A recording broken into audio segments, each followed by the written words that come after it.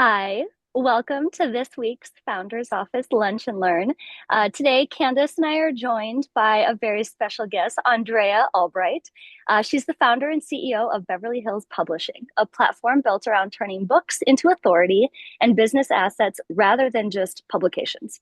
Her model integrates publishing with media, branding, and investor visibility so founders can use their ideas as credibility signals in the market. She's written more than 25 books herself, and she works primarily with entrepreneurs and thought leaders who want their intellectual property to drive influence, opportunities, and capital. We cannot wait to hear more about this, Andrea, and thanks for being here with us today. Thank you so much for having me, Jackie and Candace. I'm thrilled to be here. We We had a No, go ahead. We've been we doing have this all no, day. We're never I know like this. it's because Andrea, like we're both fangirls. Oh, We are. we And then had we we fell in love with you more when we found out you were so woo-woo too. yes, I am we're definitely very holistic. that's a nice way to put it. We're like we can say we're white witches or we can say we're just holistic. But okay, we have our background with a lot of like support around founders and capital raise. Can you talk about how you brought publishing into this? And you talk really much about like a vertical stacking. So dive into like what brought you to this and the huge value add that you have for your clients. Yes, absolutely. Well, I discovered the power of being an author in 2006 when I wrote my first book. And it was in a very competitive industry, in the health and fitness industry. And as soon as I became an author, the power dynamic switched and people wanted to talk to me, and interviews and stages, and of course, clients. And this is when I realized the power of authority. And that's where the word authority comes from. It comes from the word author. So you can have PhDs and letters behind your name, but the minute you write a book, people automatically trust you and they want to listen to you and learn from you. And so here I am now helping other authors to launch their book, but also build an authority brand because everyone wants to work with the number one authority in your industry. Can you talk about this? This came up in our past conversations. So you talk about authority. Talk to our audience about authority gap. That was something you had mentioned in one of our past calls. And I thought it was a really, really interesting, like just reality. I think that a lot of founders have maybe around writing than a book. Yes, well, an authority gap is really, it's like, how do you present yourself as being the one that others want to follow? And every industry has that 1% of thought leaders who are innovating, who are disrupting the status quo, and who are creating solutions for the biggest problems in their industry. And then the 99% just follow that first 1%. And so when you have original ideas, the importance of protecting it, this is your IP, this is your intellectual property that is as important in your business. In fact, I would argue it's even more important in your business in today's world than your products and your services because the world is changing so fast. Your products and your services are most likely going to be obsolete, if not a few years, maybe even a few months. And that's just a reality that we're all facing as founders and entrepreneurs. But your ideas, when they are published and packaged correctly, can last throughout your entire career and actually bring value to every business that you're a part of.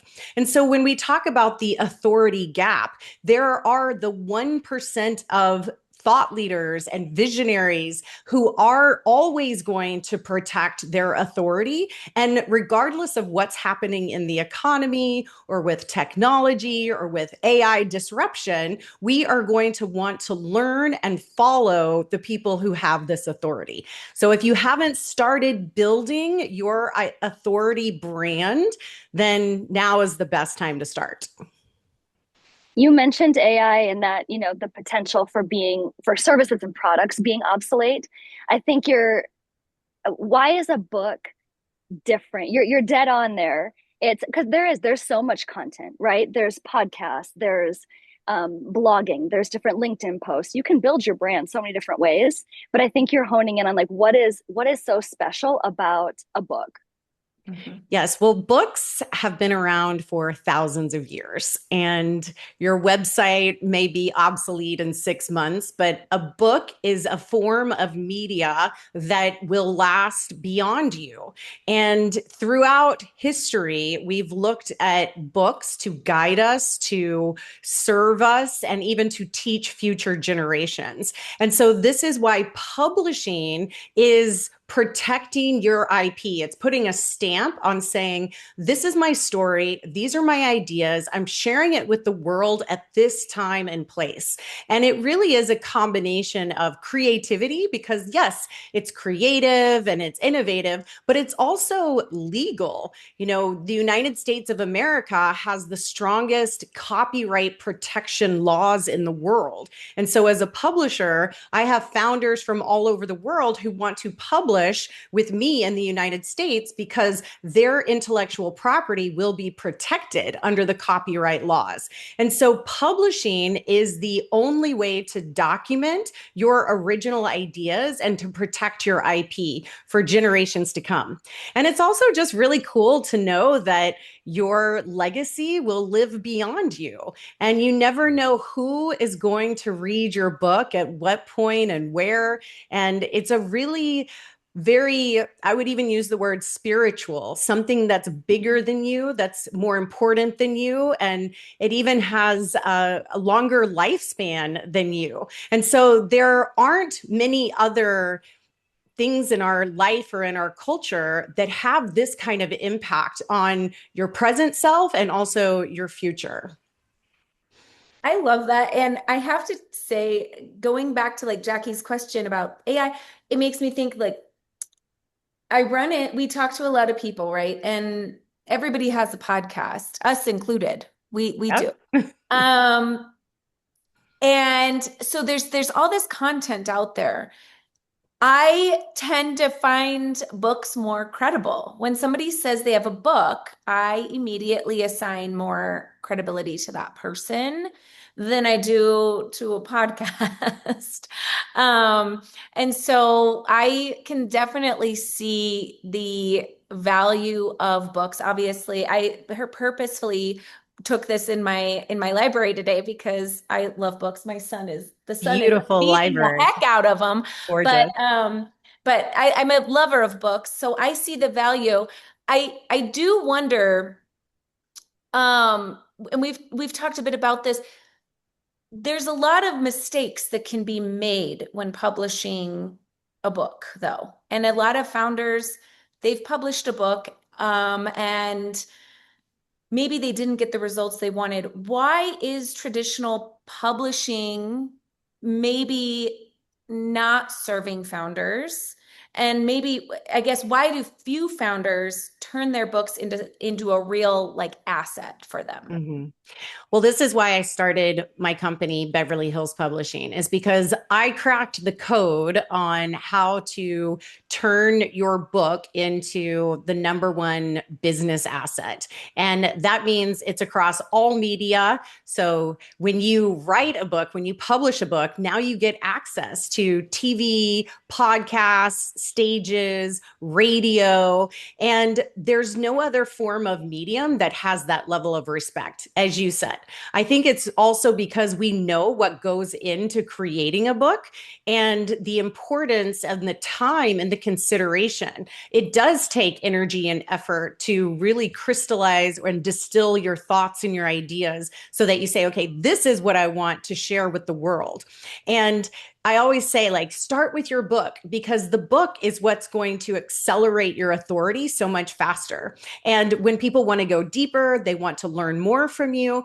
In a book, you can really take them on the journey. Whereas other forms of media are just, it's not that they're less important, but they're just more of a shallow conversation. You can't get into the depth of the thought process and the storytelling of what goes on behind the creation of the book.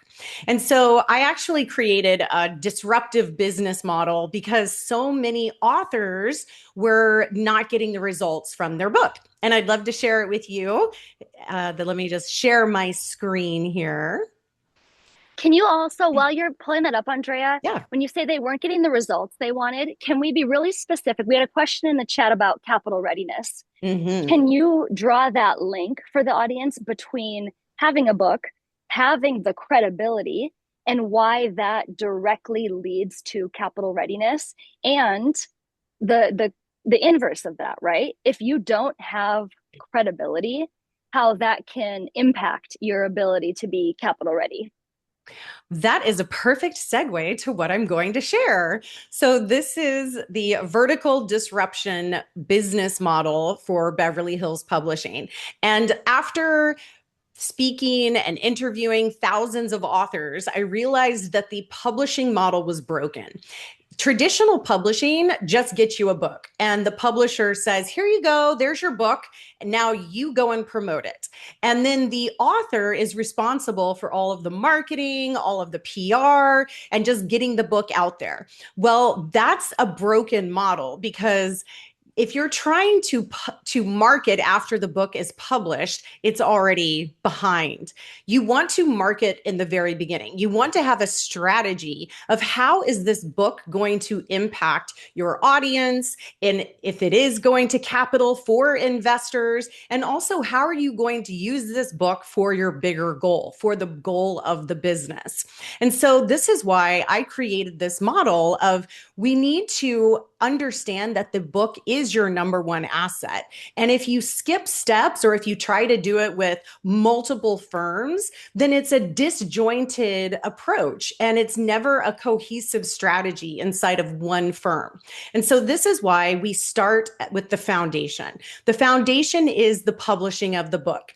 And that means all your original ideas, your story, and how you are solving the problems in your industry. What does your business do? How is your business unique? It's a great commercial as well as also a capital raising tool, because when your investors or potential investors are wanting to invest in you, they don't invest in a company or a business. They invest in a person and an individual. And there's no better opportunity to share your story and your values and your background, and also all the times that you have failed. You want to be transparent and how you've overcome your obstacles. And by publishing a book, that is the greatest tool for raising capital, because now the investor can know, who am I investing in and what is the story of the founder. And once we have the book published, we publish in as little as 90 days. Then we go into the marketing. The marketing is where you have a website, you're capturing all the people who are interested in your book, everyone who buys your book. This is important because if you want to build a back-end business, you have to collect the data. You have to understand who these people are. And you definitely don't want to just send them to Amazon, because you're just sending them to Jeff Bezos and he'll never share his data with you. So you want to build that cohesive marketing engine. And then we also have a division that is PR. So by pitching you to get you on top tier media like Forbes, Entrepreneur, Fox, NBC, ABC, these are all of our media partners. And what I discovered is that there's no one better to pitch the author than the publisher. So unlike a PR company that comes in maybe after the book is published, by having your publisher with you through the creation of the book and then going to PR, we are so powerful and we have such a high success record of getting our authors in these top tier media publications. applications.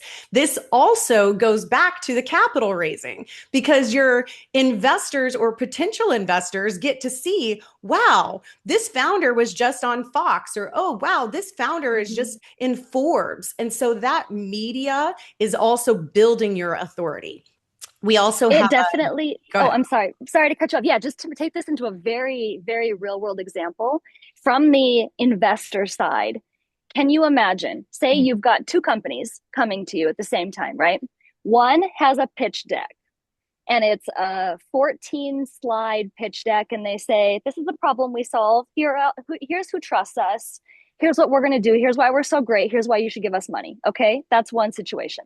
Versus you have the author of a book who's also the founder of a company who's out there raising capital. The book covers where they've been bloodied, where they've been through battle. That's one of Candace's favorite things. Like, tell me, like, show me the bad times, Show right? me you're ready Show me you're to ready. And overcome you've got to, obstacles. Yeah. yeah, and if you're a founder handing your investors like, I wrote the book on this, this is why you should trust Mhm. me.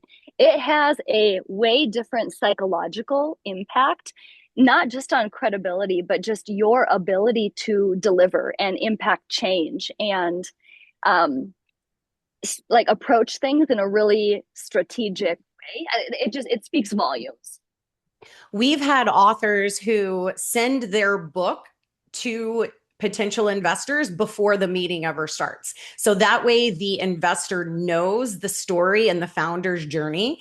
And our authors have been very successful at raising money in this way. Like we have one author who's raised $50 million in AUM directly from his book. And we have another author who's raised 250 million.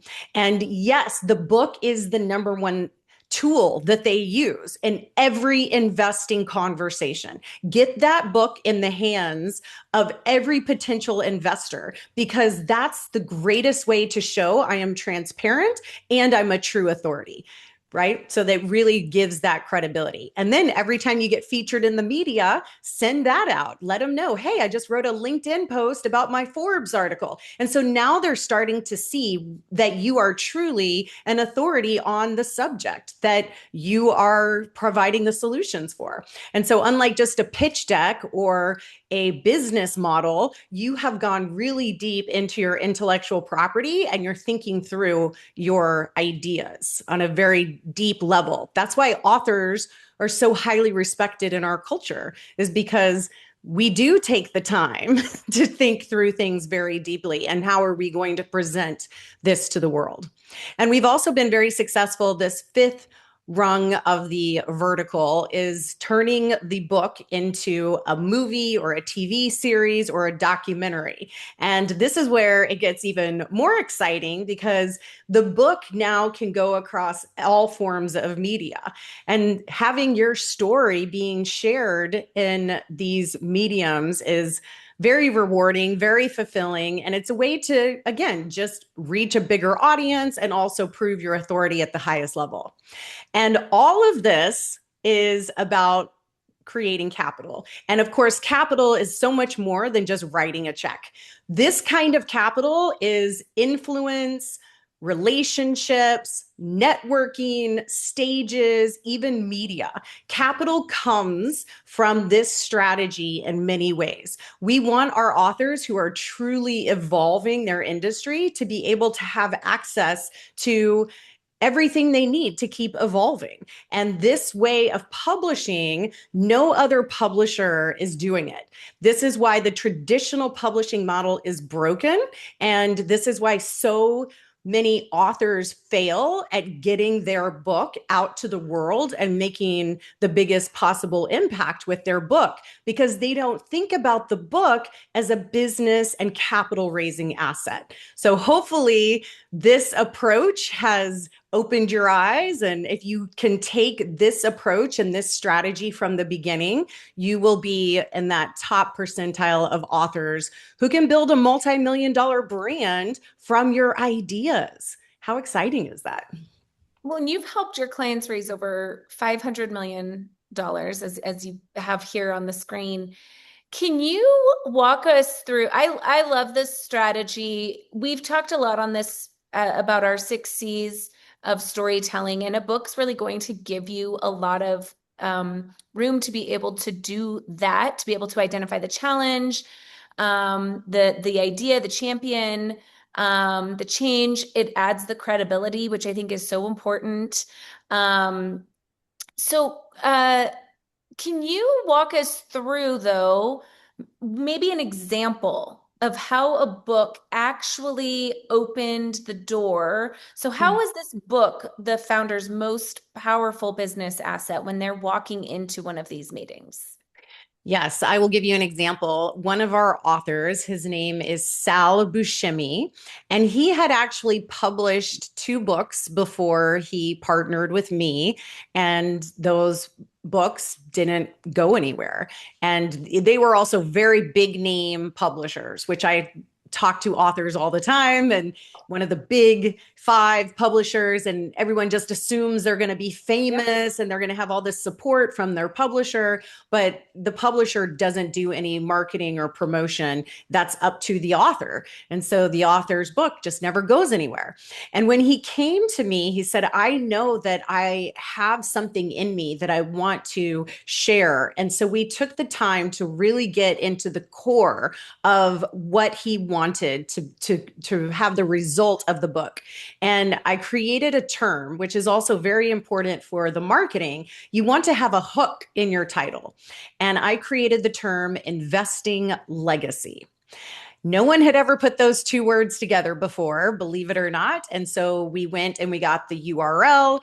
He now has the book, he has the brand, he has a podcast, he has a TV show, and he has become a celebrity in the world of family offices because the amount of press and publicity that he has gotten from this book has made him the one that people trust. You know, the power of the media is real.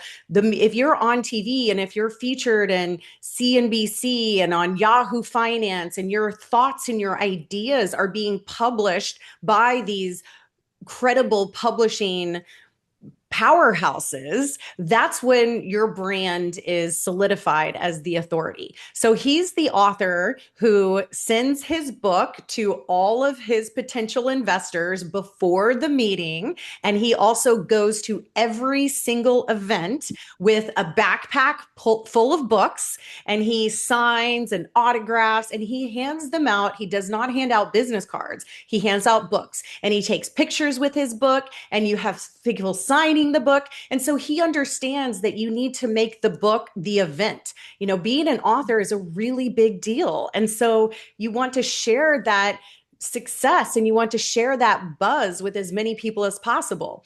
And so to this day, I actually need to get an update from him, but the last I heard, he had raised $50 million in AUM directly from his book. So there's before Beverly Hills Publishing and after Beverly Hills Publishing. And now he is one of our greatest success stories and also a long-term partner, because this proof is that the book, he was the same person before, but the book is now what has solidified his authority, where people want to give him money, give him capital instead of him having to chase capital. I'm And one of curious. the things we like, oh, sorry, go ahead, Candace. No, go ahead. Well, with the founders office, with these webinars and with these lunch and learns, what we really want to offer is founders or entrepreneurs. A lot of the people here are founders and entrepreneurs, different ideas about how to support themselves, surround themselves with the right people, how to solve this founder's isolation paradox, how to approach the right types of capital, how to prepare themselves for capital raise. And I think, especially in this world of AI, there is so much opportunity for content online. It can get overwhelming. People don't know what direction to go. We encourage a strong emphasis on storytelling as the direct avenue to get capital. And so I think we want to offer this as an option for our audience, right? So just something to think about. Have you thought about writing a book?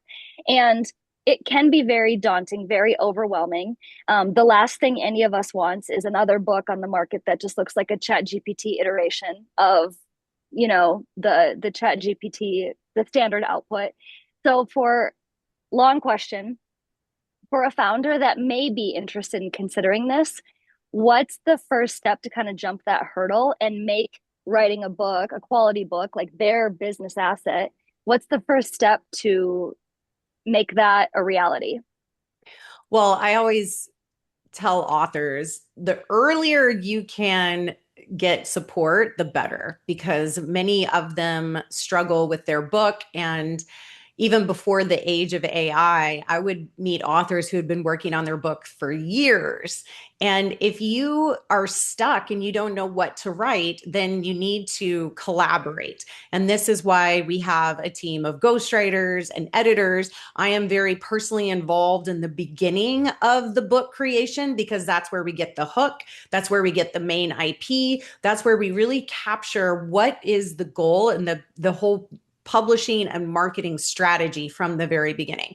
Because when you are in a collaboration, I've done the old fashioned way of like staring at a blank computer and trying to force yourself to just plug away. I mean, I started writing books in 2006. So today we have a lot more iterative process. And the best way to do it is with an interview. Get somebody who really can interview you very well. And if they can have this kind of marketing angle as well, because it's not just about great writing, it's about capturing your audience and keeping them glued so that they want to keep reading. And by working with our authors, we never ask them to write by themselves. We always interview and we capture their ideas, and then we turn it over to a ghostwriter. It's important that the author's ideas are original and real because the author has to support them. And this is the problem with all these people who are writing AI books in a weekend. It's like, well, when you're interviewed by Forbes and they're going to ask you, how did you come up with this? Where did these ideas come from? You need to be able to fully explain your process. And so that's why we only work with true visionaries, true thought leaders, that 1% who do have original ideas. And if you're just regurgitating and frankly, it's called plagiarizing other people's ideas and then passing them off as your own, it's only a matter of time before that will be exposed. And unfortunately, there are so many gimmicks. I talk to authors all the time and I'm like, oh, I wish you wouldn't do the Amazon bestseller thing against your name because we all know that's a gimmick. We all know it's a Yeah. scam. And, it's not 2008 anymore. Like back then, it was really cutting edge. But now it's best to just write a really great book that serves your audience and that gets your business credibility. And don't do any of those gimmicks or scams because it immediately lowers your credibility. And everyone in the media, we all know what this is, right? We're looking for true authorities.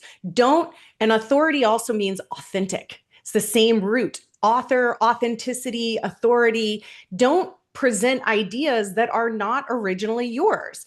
And so people are like, well, I don't have any original ideas. Well, let's start with what problems are you solving? What are your innovative solutions? This is where I love working with business leaders because if you're in business, you're doing something unique to get those customers or clients to hire you. So that's why putting your solutions in a book is a great way to build your business as well. It's also great storytelling. Business is not for the faint of heart. We are the warriors and warrioresses of the world. And so I'm sure you have way more interesting stories than you're giving yourself credit for. Oh, for sure. And that's why we connected so well was we have our six C's to capital readiness. And I mean, you just recited half of them right there. Starting with the challenge, and then going into the champion, the solution, building that credibility. We have such alignment in our theory to raising capital. I'm curious too. So you talked about the gentleman who's raised 50 million. There's got to be something psychologically too. I get handed, text, emailed, sent, carrier pigeoned pitch decks Yeah. all the time, constantly. I'm curious psychologically the difference in somebody handing a pitch deck to somebody like me versus handing me a book, especially a book that I know they took time to write. I'm a reader. I'll read your book. I want to read your book. So I'm curious, like, what is the feedback that your clients are getting on that? Because I'm guessing a lot of them, this isn't their first go at raising capital. Absolutely. And this is where the quality of the publishing matters. And as a professional publisher, I have spent millions of dollars building my team and my infrastructure because the quality of the product, the quality of the brand is what separates you from someone who, frankly, just self published. And it looks like, oh, I mean, it's you could tell immediately. This is why when you can partner with a publisher, it gives you that extra credibility, but it's also the quality of the book that you're going to see. And so that makes that immediate first impression. And when someone hands you a book, everyone, I don't care who you are, I don't care how busy you are, they stop, they take a moment, and they look. They look at the book. And what other form of medium can you capture someone's attention like that? So now what do you do with the book? What do you do with that attention? That's about the strategy that I help with my authors and I'm giving you today. It's like, okay, now we've got the hook. Now we've got the attention because it is a valuable asset. Most leaders' lives have been changed by a book at some point in their life. My first mentors were books. That's why I'm so passionate about books and creating quality books and sharing knowledge with the world because I'm a self-made entrepreneur. I'm self-taught, and this is how you have access to knowledge, even if you don't know the people who are writing the books. And so people admire you for having a book, and now you get their attention. Okay, so what are you going to do with it? Create value, keep them entertained, always leave them wanting more. And even if they don't read your entire book, they'll be like, wow, this is really valuable. I can see that there's something in here that I want to engage with. And so the book becomes the marketing asset. And it is like before and after because Sal Buscemi, those first two books didn't have any of this strategy built in. And now the book that we published together, Investing Legacy, it has QR codes that go to his website. It has invitations to join his community. He then has a back end email newsletter that is very full of value and information. And so the book is just the beginning of the relationship. That's why that marketing funnel is so important because turn every person who reads your book into a long-term partnership, into a long-term relationship. Investors are being pitched all the time, but we're always looking for quality partnerships and relationships. You've somewhat answered. There's another question in the chat, and you've somewhat answered it. But the question specifically is if you do customer discovery, why would you need a book? And shouldn't the interviews be with the customer, not the founder? I want to take a stab at this and kind of have two avenues to go, but I'm sure you've got some thoughts as well. So if you do customer discovery, why would you need a book? You may not need a book, but you may want it. For one thing, your if you do customer discovery, you may have a proprietary approach. You may have a strategy that's unique. You may offer something different in relationships that no one else has to offer. And by putting it into a book, you're capturing your IP. You're capturing what's special about you. And thereby you're inherently amplifying the value of your business because when it's in your head, it's not necessarily transferable. But if all of a sudden you have it in a book, it becomes a tangible asset that has value that someone else may be interested in purchasing from you. So if you do customer discovery, if that's your business, by having a book, you're generating both a tangible asset and then significant intangible value. And to your question about shouldn't the interviews be with the customer? I think maybe, unless I'm misunderstanding, that's more about getting testimonials and like second layer credibility, where like your customers can say, you guys are great. You do a great job at customer discovery. But interviewing the founder again goes back to what's special about what you do, what's special about your approach, your processes, the unique knowledge that you have and the way you apply it. So I'd love your thoughts on that too, Andrea.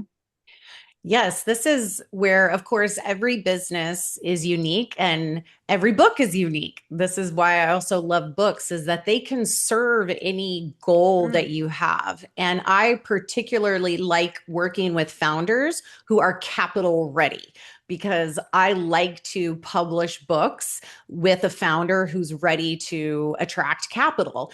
And there are many different other opportunities for books to serve a business. We've had CEOs write books, even though they're not the founder, but they wanted to share the culture. And so now everyone on the team is required to read the book, and they all have common vocabulary about how they work with clients, how they work with customers. They also know that it's coming directly from the CEO. And so culture as well as hiring, everybody's saying like, how do I find good people to get on my team? Well, guess what? People want to work with authorities. I actually have people who are graduating from, they have journalism and English degrees, and they seek me out because they want to be a part of my publishing company. And so it's because my brand and my authority stands for something. People can read about my life story and about my entrepreneurial journey. And so, yes, it is about attracting capital. It can also be a very powerful internal brand building tool, which separates you from all of your competitors, right? I mean, we're constantly looking for great people to join our team. And that's a big hurdle that a lot of entrepreneurs have to overcome. So the authority brand positions you for investors, but it also can do a lot with internal team building and brand building. You touched on this a little bit, and you said capital readiness, and that's obviously the terms we use as well. But can you hone in a little bit more for our founders that are on today, but then also who watch the recording? What stage should a founder think about writing a book? Obviously, capital readiness is part of that, but I feel like I would run into a lot of founders who go, I don't know if I have anything to write yet, or I don't know if I'm ready to write a book. I don't know if I have the bandwidth to write a book. At what stage should they start thinking about that as part of this strategy?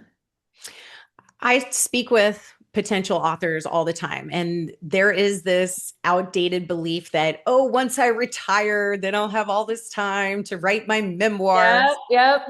This is not that strategy. This is a very specific strategy for building your business during your career while you are actively wanting to make the most of your time, energy, resources that are available. And we are all limited by time and energy and resources. And so I take the approach that every industry I go into, and I've built multiple brands in multiple industries, I always go for the top position right out of the gate.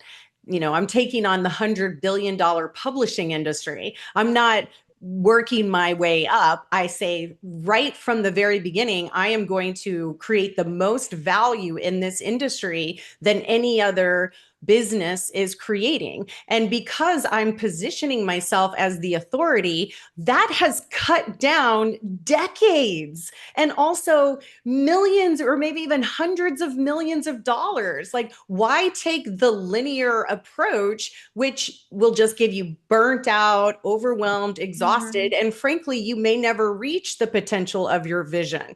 And so I am here to empower and to inspire and to encourage every founder to share their story along the growth, along the path.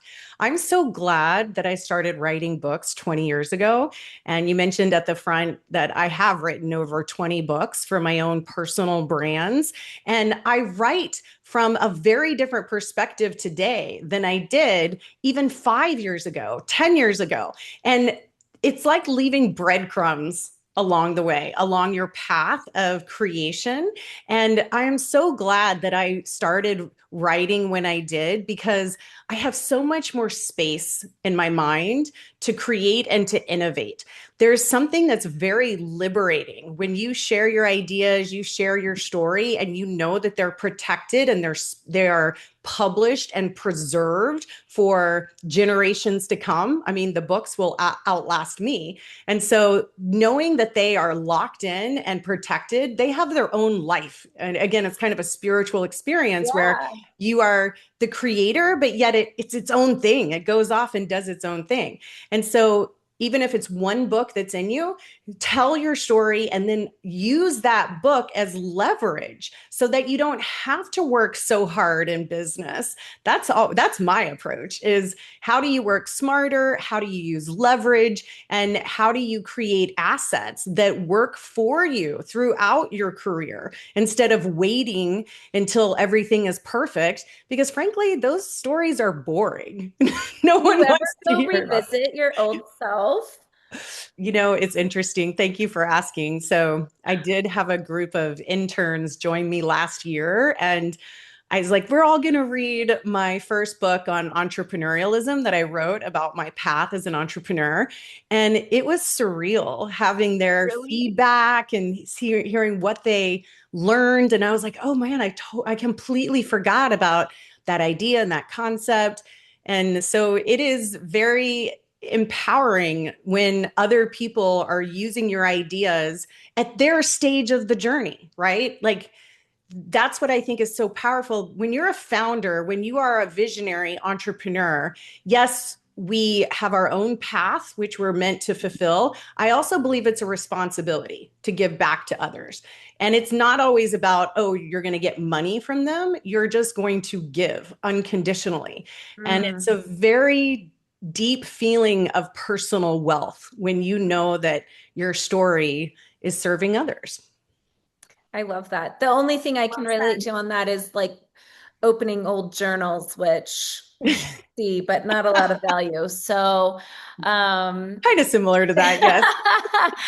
thank you so much, Angela. Can we pop up the links of how people can find you and link with you and visit your website?